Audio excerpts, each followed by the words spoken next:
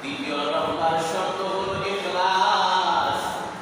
আল্লাহ বলেন, ওগো আমার হাবিব, আপনি বলে দেন, কুল ইন্না সালাতি ওয়া নুসুকি,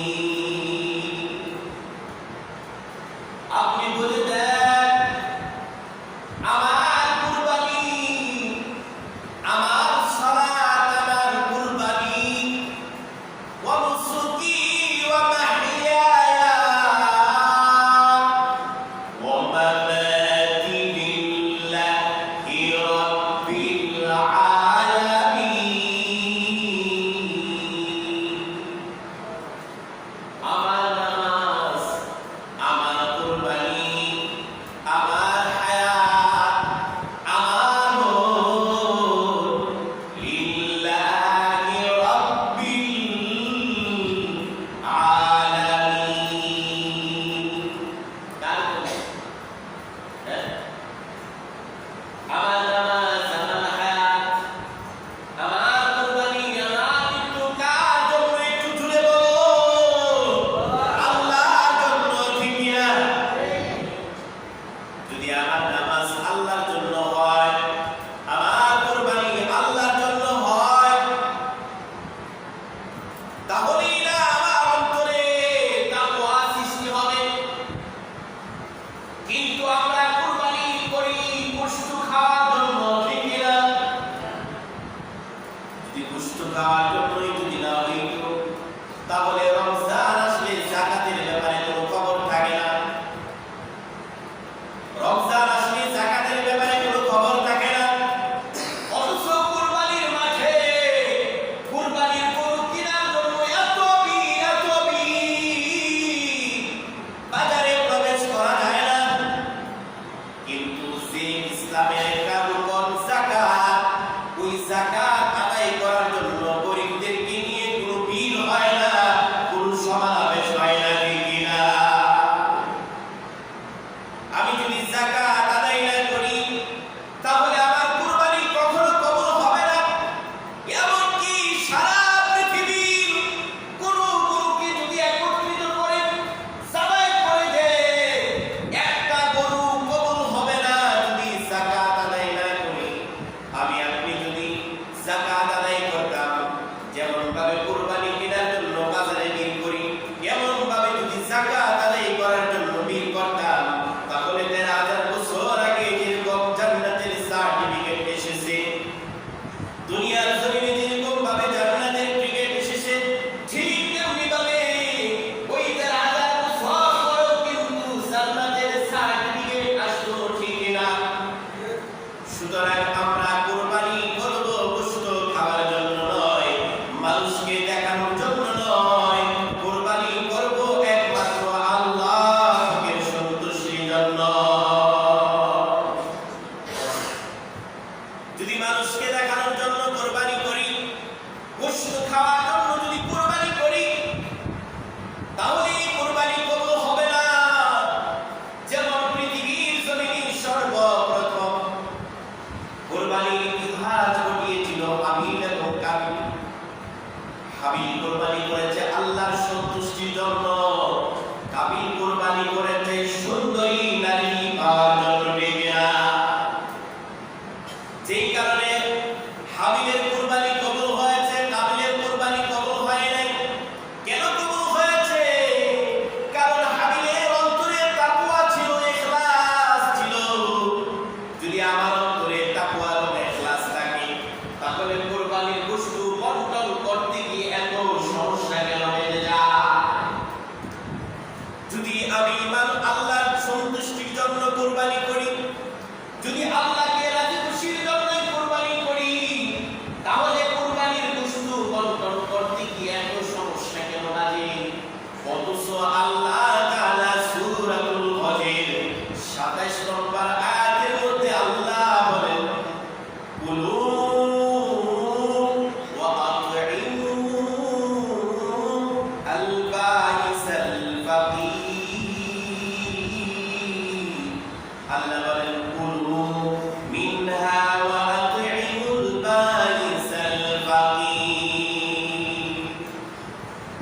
আল্লাহ তাআলা সূরাতুল হজের ২৭ নম্বর আয়াতে বলতে আল্লাহ বলেন কুলু ওয়াকুলু মিনহা ওয়া আতইমুল বাইসাল ফাকির। আল্লাহ বলেন তুমি খাও, তোমার প্রতিবেশীদেরকে দাও, নিকটতম আত্মীয়দেরকে দাও, ওয়া আল বাইসাল ফাকির, যারা অভাবগ্রস্ত, যারা এই গোশতের হক তাদেরকে দাও। তাহলে এই কথার দ্বারা প্রমাণ হয়ে যায়, এই কথার দ্বারা মুফাসসিরিন কেরাম বলে এক নম্বর কথা হলো কুলু, তুমি খাও। দ্বিতীয় নম্বর হলো আল বারিক ওয়া আতইমুল বাইসাল ফাকির, তোমার প্রতিবেশী যারা তোমাদের নিকটবর্তী আত্মীয় তাদেরকে দাও। তৃতীয় নম্বর কথা হলো যারা এই গোশতের হকদার তাদেরকে দাও। এই কথার দ্বারা প্রমাণ হয়ে যায় আপনার গোশতের বন্টন হবে তিনটা। কয়টা বন্টন হবে? তিনটা বন্টন হবে। যদি এই তিন বন্টন করতে গিয়ে যদি অন্তরের মধ্যে ব্যথা খায়, এই বন্টন করতে গিয়ে যদি অন্তরে কষ্ট লাগে, এই বন্টন করতে গিয়ে যদি অন্তরে আঘাত লাগে, তাহলে পরিষ্কার করে আপনি বুঝে নেন আপনার কুরবানির মধ্যে ইখলাস নাই, আপনার কুরবানির মধ্যে তাকওয়া নাই। কুরবানির মধ্যে যদি তাকওয়া থাকে, ইখলাস থাকে, তাহলে তাকওয়া এবং ইখলাসের সমন্বয় কি হবে? ইখলাস এবং তাকওয়ার সমন্বয় কি হবে? আল্লাহর নবী বিশ্ব নবী বলেন ইন্নাদ দামা লা ইয়াকাউ মিনাল্লাহি বিমাকানি ক্বাবলা আন ইয়াকা বিল আরদি। আল্লাহর নবী বিশ্ব নবী বলেন যদি তোমার কুরবানির মধ্যে তাকওয়া এবং ইখলাস থাকে, তাহলে ইন্নাদ দামা, ওই কুরবানির পশুর রক্তের ফোঁটা জমিনে পড়ার আগে আগে মহান আল্লাহ রব্বুল আলামিনের কাছে পৌঁছে যাবে। সুবহানাল্লাহ, সুবহানাল্লাহ, আলহামদুলিল্লাহ, আল্লাহু আকবার।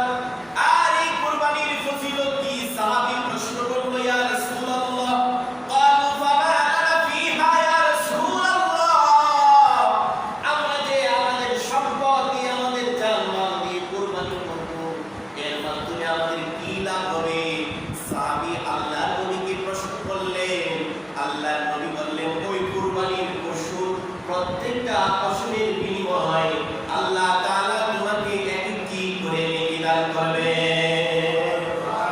আল্লাহর নবী বিশ্বনবী বলেন মান দাহা তাইবাতাম বিহা নাফসুহু মুহতাসিবান লিউদহিয়াতি কানাত লাহু হিজাবাম মিনান নার।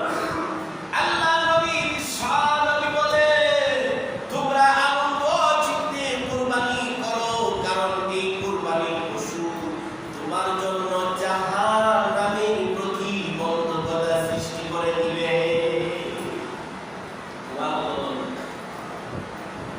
আরেক বর্ণনার মধ্যে আছে ওই কুরবানির পশুর উপর সওয়ার হয়ে ওই মানুষটা আল্লাহর তৈরি জান্নাতে প্রবেশ হয়ে যাবে। এত সুন্দর কথা, সুবহানাল্লাহ, সুবহানাল্লাহ, ইলু মাহমুদ বলেন যদি বাড়ি রাখতে সুবহানাল্লাহ। যেহেতু হজ মাসের ৯ তারিখ বরকত করতে দিন একবার সুবহানাল্লাহ বলে কি এটা এখন আর বুঝে আসবে না।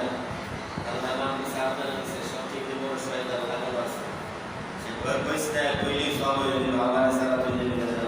সুবহানাল্লাহ, এটা বলবে শয়তানের ফেলে না দিলে হ্যাঁ ফেলে যাবে, নিয়ে যাবে, হয়ে যাবে ইনশাআল্লাহ। তাহলে এই কুরবানির মাধ্যমে আল্লাহ তাআলার বিজয়ের চূড়ান্ত সীমায় পৌঁছে যাবে। সুতরাং আমরা যারা কুরবানি করব, কুরবানি সম্পর্কে কিছু মাসআলা আমরা জেনে নিই। কুরবানির যে পশুটা আমরা কুরবানি করব ওই কুরবানির শরীরে এমন কোনো আঘাত হতে পারবে না যে আঘাতে তারা খুব প্রমাণিত হয়। যেমন তার একটা চোখ নাই, দেখতে অসুন্দর চোখ, এমন দুর্বল, শুধু হাঁটি আর হাঁটি, একটা কান নাই, শরীরের মধ্যে চুলকানি, শরীরের মধ্যে কি চুলকানি, ল্যাংড়া, এমন ল্যাংড়া যে ল্যাংড়ার কারণে কুরবানির স্থান পর্যন্ত হেঁটে যেতে পারে না। লেজ কাটা, কান কাটা, এই সমস্ত কুরবানির পশু দিয়ে, এই সমস্ত পশু দিয়ে কুরবানি করলে কুরবানি হবে না। কুরবানির জন্য লাল বর্ণের, লাল কালা অথবা সাদা এরকম পশু দিয়ে কুরবানি করবেন। কুরবানির গরুর পশুর বয়স হতে হবে 2 বছর। তা করলো কি করলো না এটা নিয়ে শরীয়ত সম্পর্ক না, শরীয়তের সাথে বয়সের সাথে সম্পর্ক। গরু 2 বছর, ছাগল ভেড়া 1 বছর, অথবা এমন ছাগল যেই ছাগল মোটা তাজা হয়েছে 6 মাসের কিন্তু দেখা যায় 1 বছরের, এটা দিয়েও কুরবানি চলবে। ওদের জন্য 5 বছর। আমি আপনি যখন কুরবানি করব তখন কি বলবো? বিসমিল্লাহি আল্লাহু আকবার, বলুন বিসমিল্লাহি আল্লাহু আকবার, বিসমিল্লাহি আল্লাহু আকবার, এটা বলবো না, বলবো বিসমিল্লাহি আল্লাহু আকবার। ওই কুরবানির পশুর 4 রগের মধ্য থেকে 3টা রগ কাটা দিতে হবে। খাদ্যনালী, শ্বাসনালী 2টা শাহরগ, এই 4 রগের মধ্য থেকে 3টা কাটা দিতে হইবে, অথবা প্রত্যেকটা রগের 4 ভাগের 3 ভাগ কাটা দিতে হবে।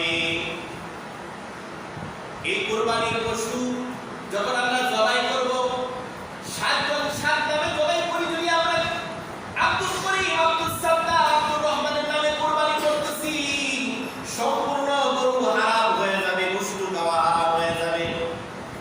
বুঝতে পারছেন? আব্দুর রহিম, আব্দুল সাত্তার, আব্দুল খালেকের নামে কুরবানি করতেছি, সঙ্গে সঙ্গে গায়রুল্লাহর নামে কুরবানি হয়ে যাবে। ওইটা কুরবানি হবে না, বরং খাওয়া হারাম হয়ে যাবে।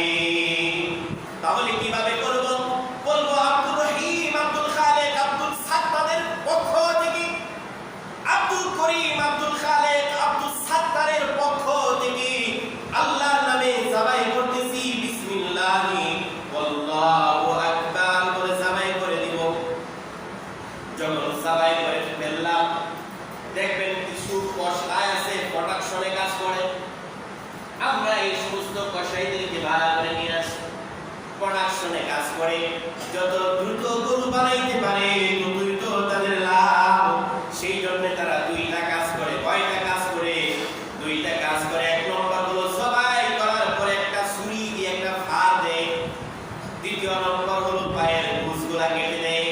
এটা সম্পূর্ণ নিষেধ, কারণ আমি আপনি যখন জবাই করে তারপর ছুরি দিয়ে ফাড় দিব, এই ফাড় দেওয়ার কারণে কি সমস্যা হয়? কারণ একটা গরু যখন জবাই করা হয়, তার রগগুলো যখন কেটে যায়, তখন তার মস্তিষ্ক এবং হাড়ের সাথে কোনো সম্পর্ক থাকে না। যখন গরুটাকে জবাই করা হয়, জবাই করার পর ওই রক্ত বের হইতে থাকে, ওই সময়ের মধ্যে তার ব্রেন এবং হাড়ের সাথে কোনো সম্পর্ক থাকে না। সম্পর্ক করার জন্য অনেক চেষ্টা করে। যদি সম্পর্ক করতে পারে তাহলে রক্ত বের হবে না। সম্পর্ক যখন করতে পারে না, তখন অবরত রক্ত বের হয়। যখন আমি আপনি একটা ছুরি দ্বারা ফাড় দিই, ফাড় দেওয়ার সাথে সাথে সেই আঘাতটাকে অনুভব করে, যখন সেই আঘাতটা কোথা থেকে আসলো নির্ণয় করতে পারে না, তখন সেই গরুটা হার্ট অ্যাটাক হয়ে মারা যায়। তখন সেই গরুটা আর জবাই কিন্তু হয় না, মৃত জানোয়ারের গোশত খাইলে।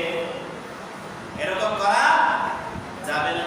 তারপর আসলে কোন কোন অঙ্গগুলা খাওয়া হারাম? স্ত্রীলিঙ্গ, পুরুষলিঙ্গ, অন্ডকোষ, প্রস্রাবের থলি, জমাট রক্ত, জমাট গোশত এবং রক্ত, ওই সমস্ত জিনিসগুলা খাওয়া হারাম। রক্ত, জমাট গোশত, অন্ডকোষ, মূত্রনলী, স্ত্রীলিঙ্গ, পুরুষলিঙ্গ, এই সমস্ত জিনিস খাওয়া কি হারাম? বুঝতে পারছেন? এই সমস্ত জিনিস খাওয়া যাবে না। কুরবানি করার পর যে কুরবানির রশি আছে, এই রশিগুলা সদকা করে দিব, বিক্রি করব না। এমনিতে কাউকে তারপর কুরবানির গোশতটাকে আমরা 3 ভাগ করব। এক ভাগ নিজে খাবো, এক ভাগ আত্মীয় স্বজনকে দিব, এক ভাগ গরিব মিসকিনদেরকে দিব। বুঝতে পারছেন? এরপর চামড়ার হুকুম কি? আল্লাহ তাআলা বলেন, আল্লাহর নবী বিশ্বনবী বলেন, ইদা দাহাইতুম ফালা তাবিউ লুহুমা দুআয়াকুম ইলা আখিরিল হাদিস। আল্লাহর নবী বিশ্বনবী বলেন, যখন তোমরা কুরবানি করবা, ইদা দাহাইতুম ফালা তাবিউ লুহুমা দুআয়াকুম ওয়ালা জুলুদুহা, ওই কুরবানির গোশত এবং চামড়া তোমরা বিক্রি করবা না। ওই কুরবানির গোশত এবং চামড়া বিক্রি করবা না। চামড়া আমরা কেউ বিক্রি করব না। চামড়া আল্লাহর রাস্তায় দিয়ে দিব, গরিবদেরকে দিয়ে দিব, মাদ্রাসায় দিয়ে দিব। চামড়া আমরা বিক্রি করব না। যদি চামড়া মনে করেন আমি খাবো,